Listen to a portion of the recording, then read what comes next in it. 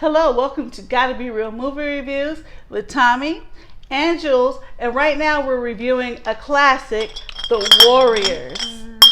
Come out and play. I gotta be extra dramatic.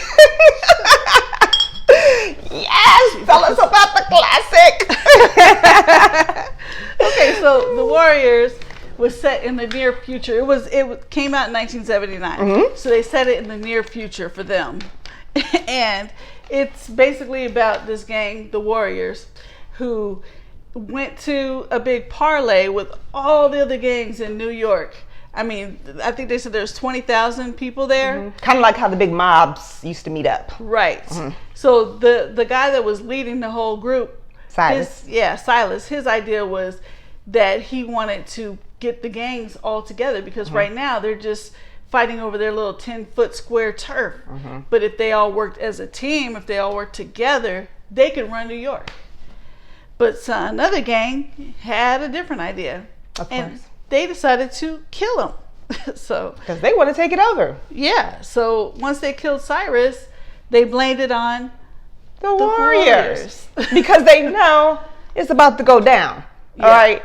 Yeah.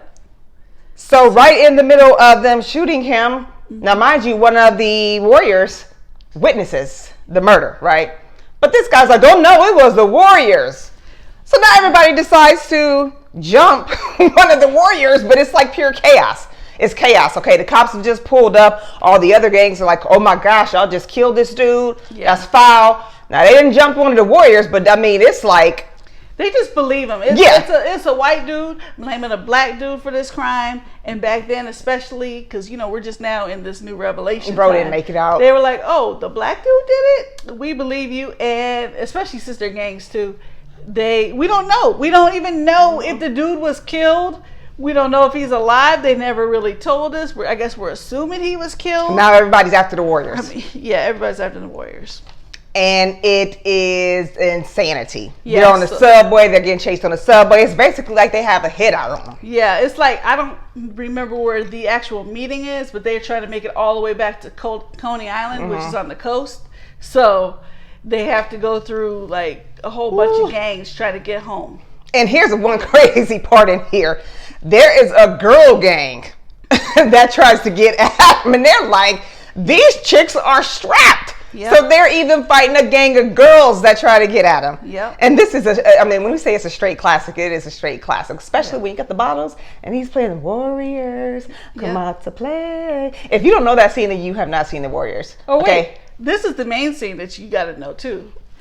Can you dig it? Can you dig it? Can you dig it? You see, this is super quotable. This is a super quotable movie. Yeah. But you got to back then too. Let me mention another thing. Of course, in 1979, they didn't have cell phones, so they couldn't like call another gang and be like, "Hey, be on the lookout for the Warriors." They had a DJ doing that for them, so they would get the word to her, and she would, put play the a word song. out. She would put the word out and play a song. That was messed up. She put out a song, basically, like with the lyrics, something like, "Hey, you better run for your life" or something. I'm like, that's kind of messed up.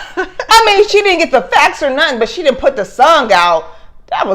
She had all the facts that she needed, apparently. That was wrong. Yeah. And then after, oops, I'm sorry. That was pretty messed up. But like mobs, cartels used to do that. They would use a particular band or whatnot to play a song, which in the song it wouldn't be blatant, but they would say, hey, here's where you do the hit at, here's who the hit is going to, blah, blah, blah. But it was well known. Right. You'd have to be in the biz to know. You'd have to be out in the streets to know. But that's kind of how they would communicate with each other. Right. Yeah. But she was wrong. She was dead. So this is a classic. Yes. If you have seen it, maybe you want to watch it again. If you haven't seen it, you might want to check it out. But remember, 1979, so there's not going to be any cell phones or no internet, tablets, all of that. This is. And you'll recognize some of the actors too. You may not know their names, but like one of the guys in here is in Beverly Hills Cop. So some of the people you recognize by face, but yeah. You would recognize Michael Beck, James Remar. Even if you don't recognize his name, saying it out loud, when you see him, you'll be like, I recognize that guy. Mercedes Rule. Yep. She was the undercover cop.